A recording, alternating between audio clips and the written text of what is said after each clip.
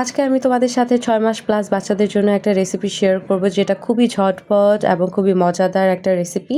যে মারা ব্যস্ত থাকে তারা কিন্তু ডেফিনিটলি এই রেসিপিটা মেক করে বাচ্চাদের খাওয়াতে পারো, খুবই তাড়াতাড়ি হয়ে যায়।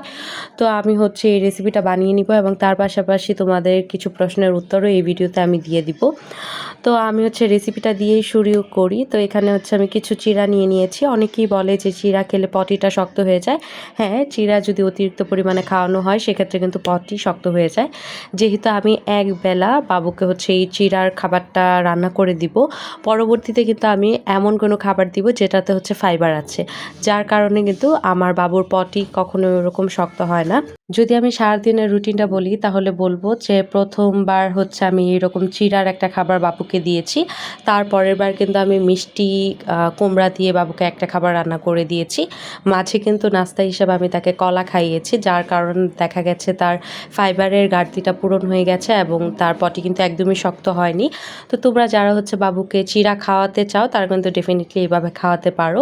চিড়া বা শক্ত জাতীয় এরকম খাবার খাওয়ানোর পরে তোমরা ফাইবার আছে এরকম খাবার খাওয়াবে, যাতে বাচ্চার পটির কোনো রকম সমস্যা না হয়।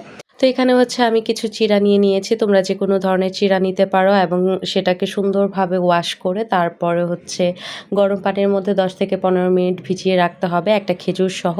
সরি, যদি ঠান্ডা পানি হয় সেক্ষেত্রে 10 থেকে 15 মিনিট ভিজিয়ে রাখতে হবে, আর যদি গরম পানি হয় সেক্ষেত্রে 4-5 মিনিট ভিজিয়ে রাখলেই হয়ে যাবে। যেহেতু আমি খেজুর দিয়েছিলাম, খেজুরের জন্যই কিন্তু আমি গরম পানির মধ্যে ভিজিয়ে রেখেছি, যাতে খেজুরটা একটু নরম হয়ে যায়। আর এই দুইটা তারপর কিন্তু আমি অল্প একটু ব্লেন্ড করে নিব। এইরকমভাবে আমি ব্লেন্ড করে নিব যাতে একটু আস্তে আস্তে থাকে, আবার কিছুটা স্মুথ থাকে, যাতে বাবু বুঝতে পারে যে আমি কিছু একটা খাচ্ছি। আরেকটা ইম্পর্টেন্ট কথা, অবশ্যই কিন্তু খেজুরের ছোকলাটা ছাড়িয়ে নিতে হবে, তা না হলে কিন্তু এগুলো বাচ্চার গলায় আটকে যেতে পারে এবং তাদের কষ্ট হতে পারে। সেক্ষেত্রে অবশ্যই এটা কিন্তু আমাদের খেয়াল রাখতে হবে।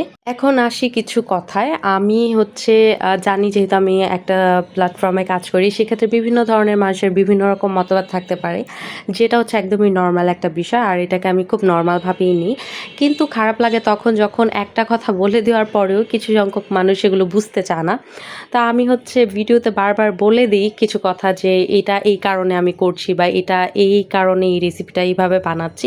তারপরেও সে সেম প্রশ্ন তারা ভিডিওর কমেন্টে এসে করবে, যেটা খুবই ডিসঅ্যাপয়েন্টিং। কারণ তুমি যদি ভিডিও ভালোভাবে নাই দেখো, শুধু জাজ করার জন্যই চলে আসো, তাহলে সেটা অ্যাকচুয়ালি ডিসঅ্যাপয়েন্টিং। তো আমি বলবো, তোমরা যারা খুব তাড়াতাড়ি জাজ করার জন্য চলে আসো, ডেফিনেটলি আগে তোমরা ভিডিওটা দেখো। কোনো কিছু খারাপ লাগলে অবশ্যই বলবে, আমিও মানুষ, ভুল হতেই পারে, আমি সেটা অ্যাকসেপ্ট করব। বাকি আলহামদুলিল্লাহ 96% মানুষ কিন্তু আমাদেরকে পছন্দ করে।